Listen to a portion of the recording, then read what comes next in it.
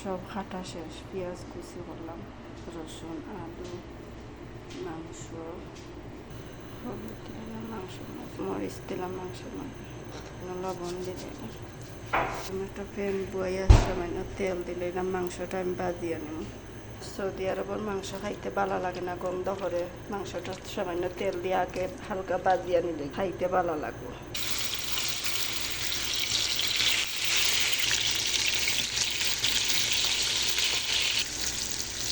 ভাজা শেষ আমার, লাল সুন্দর করে বাজি। আলু আছে, আলুগুলো বাজি দিই।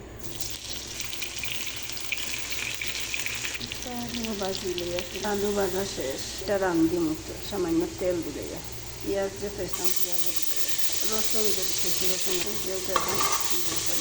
সামান্য জল দিলে মশলাটা জলে না। হলুদ দিলে না, গুঁড়া দিলে না, জিরার গুঁড়া দিলাম। সুন্দর করে মশলা করে লাগবে না। পানি দিলাম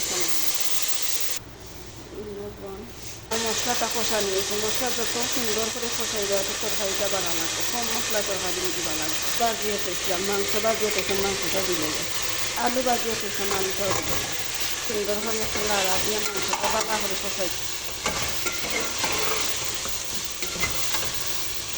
করে বাজিয়ে নিয়েছি মাংসটা। আমি পানি দিলাই, জুল দিলাই না, আমরা শিরা দিলাই না, আমরা হয় শিরাকে হয় জুল দিয়ে সুন্দর করে ডাকনা দিই। তরকারিটা হয়ে গেছে।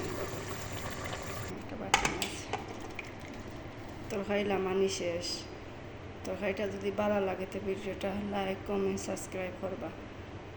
ভালো লাগলে আপনারা আমার লাইক কমেন্ট শেয়ার সাবস্ক্রাইব করবা।